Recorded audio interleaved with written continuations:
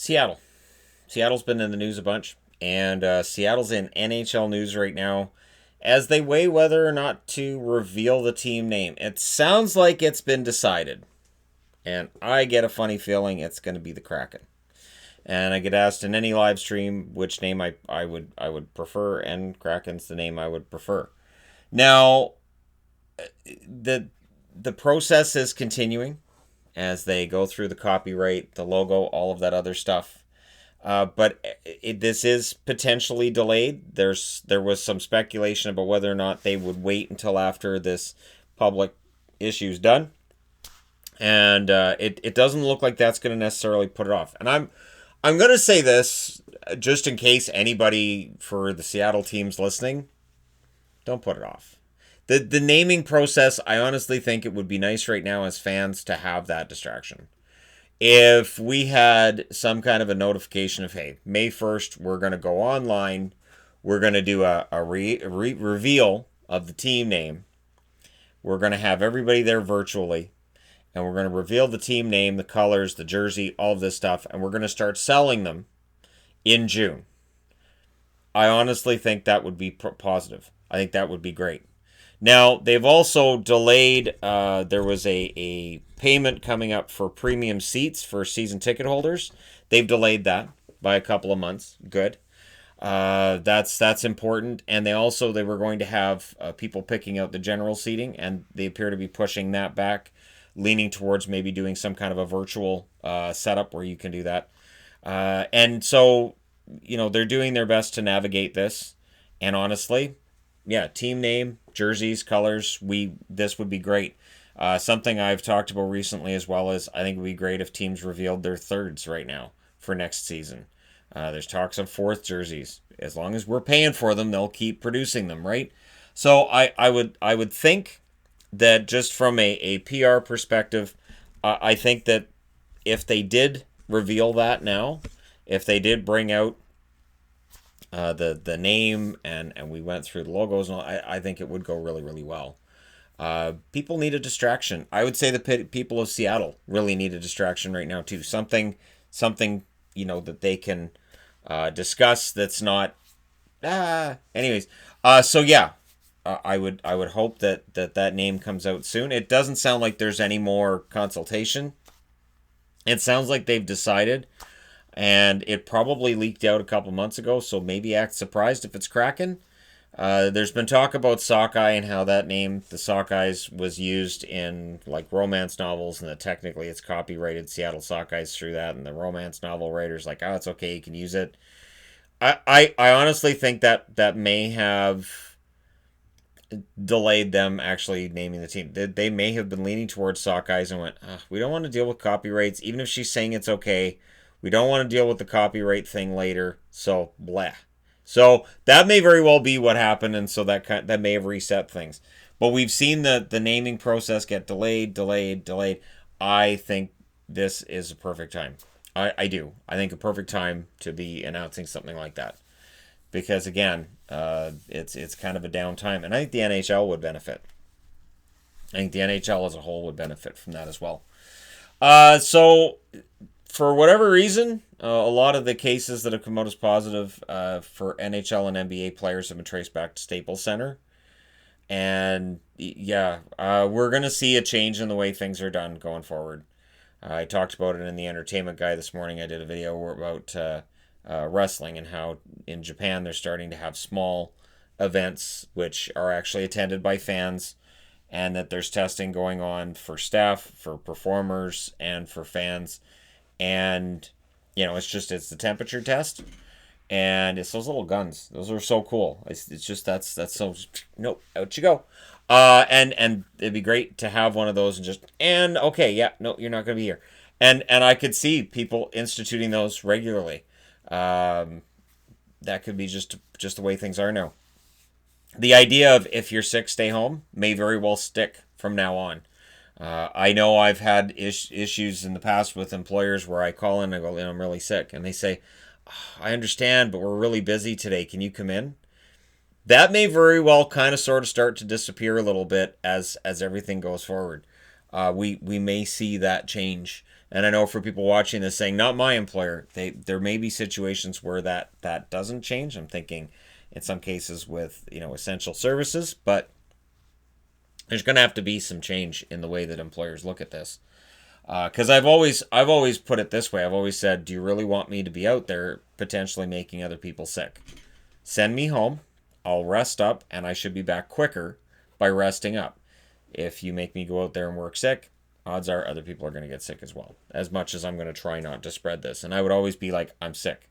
It'd be the first thing I said to people. I'd be like, good morning, I'm sick. Oh, okay, and then they back away. I'm like, yep. So, whole different universe we're in right now. Draft. So everybody's looking forward to the draft, the NHL draft. We don't know when it's going to be. We don't know where it's going to be. We know when and where it was going to be, but I think we can all assume that likely doesn't happen.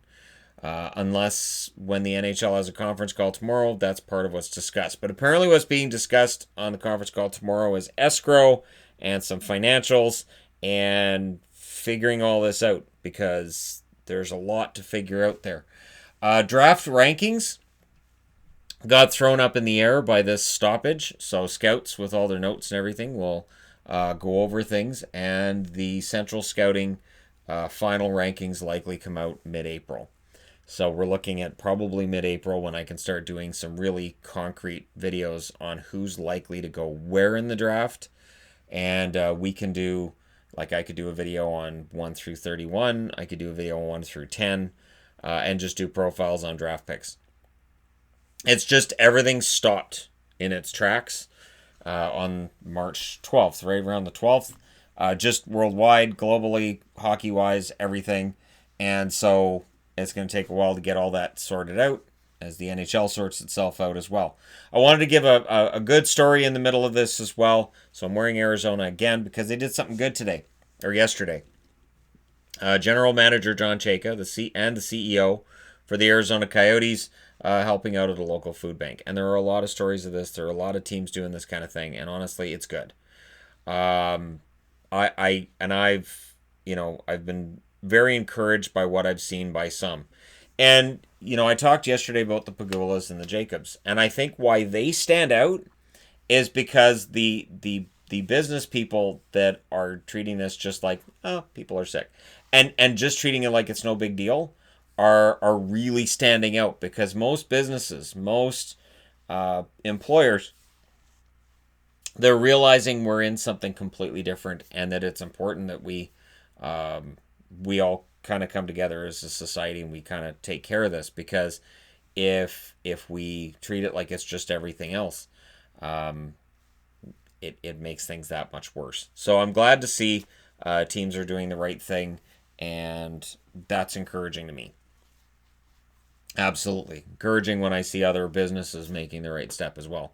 McDonald's Canada, for instance, today, I think it was this morning, that they announced that they're shutting down most of their eat-in restaurant portions of their businesses, but they're still takeout and delivery. So businesses are doing what they have to do, and whether it's genuine or whether it's because of public pressure, as long as you do the right thing.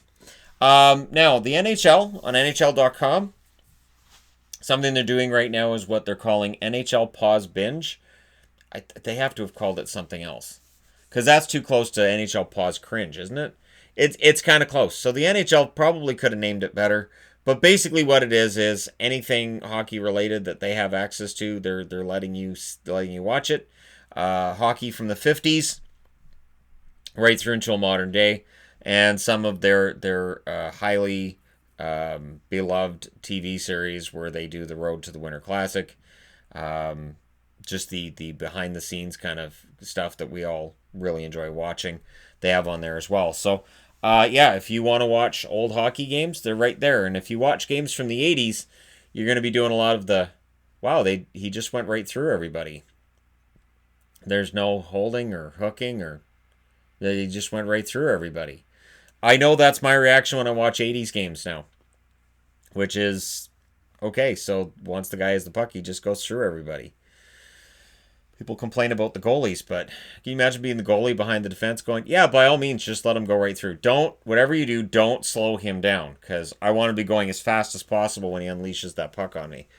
It's bizarre. It's like it's a completely different sport now in 2020 than it was in 1985 or 1986. I would say more of a vast departure than you're going to see with the NFL, Major League Baseball, really any other sport.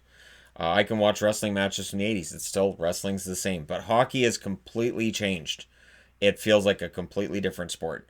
That's why when people want to, oh, I've got this chart that shows this guy would have produced this many points now. We don't know. We have no idea. You take a guy from now, you put him back then. I don't know. I don't know what might have happened. It's a completely different sport. Single elimination. You like the sound of it? Me too. You don't like the sound of it? That's too bad. That may be what we end up doing. So we've talked about how potentially end up with a single building, that they have sanitized, sterilized, and they make sure that, okay, so we're going to have our hockey right here. We're going to have a tournament right here. Everybody stay away from everybody else. We're going to have this right here. So it doesn't matter where it is. Neutral site location, sure. West Virginia, got it. Portland. Hey, Portland's clean right now. All right, well, we'll go in and we'll get that building. So it doesn't really matter where they play it, because it's going to be just on TV, and you got to think there wouldn't be fans likely in attendance. And single elimination. Just think about it. Like, I saw this as one of a number of proposals, and everything's up in the air right now. Single elimination would really take away the war of attrition that the playoffs are.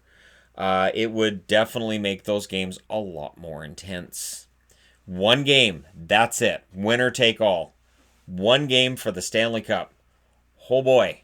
That's never happened. You had a 2-game series back in the early, like 1918, 1919, 1920. I know that because I did the history videos. So you'd have like a 2-game total goals. Or it would turn into a best 2 out of 3 at times as well. As it moved along. And then you'd have the NHL winner crowned, and then they would be challenged by the Pacific Coast Hockey Association winner, and then you'd have your Stanley Cup winner from there, until the NHL took the trophy over officially as its own, and then nobody else was allowed to challenge for it. But single elimination would be some really, really intense hockey. I really like that idea. Of all of the things I've seen, that's kind of my favorite. And you could have 24 teams in it. You could have 16 teams playing while 8 teams have a bye into round 2. And you could have just some really fantastic hockey. And then for those of you who have been wanting to see 1 versus 16, 2 versus 15, you go March Madness, you get exactly that. You get 1 versus 16, 2 versus 15, and you get a bracket that is really wide open. And if it's 24 teams, it could turn into a March Madness bracket where, we have no idea who's going to end up winning. It does open things up so that an underdog, a team that was maybe 22nd or 23rd overall in the standings, maybe ends up coming out with a win. But, boy, I tell you, single elimination. I'm on board. I like the idea myself. If we're going to do this, I like the idea of that kind of thing. And yes, there'll be people say, there'd be an asterisk. You still have to be the best team to win it. You really do. And when people say, well, that wouldn't necessarily crown the best team. Yeah, and then Tampa had 62 wins last year and lost in the first round. It's best team in the regular season doesn't mean you're the best team. It just means that you won the most games during the regular season. The best team wins the Stanley Cup. And I think in a single elimination, I have never seen a situation where an NFL team wins the Super Bowl and somebody goes, well, yeah, but if it was best of 7, that team probably would have won. Or March Madness, where they go, yeah, they won the national championship, or the Rose Bowl. I don't see other tournaments that are single elimination where people would argue that a team that wins shouldn't have won it, because there should have been more games. Single elimination. I'd love to see it. But let me know what you guys think in the comment section below, as always. Don't forget to hit like and subscribe if you're browsing your way through, you just happened upon this video. Thank you guys so much for watching, for all your support. I'll talk to you again soon.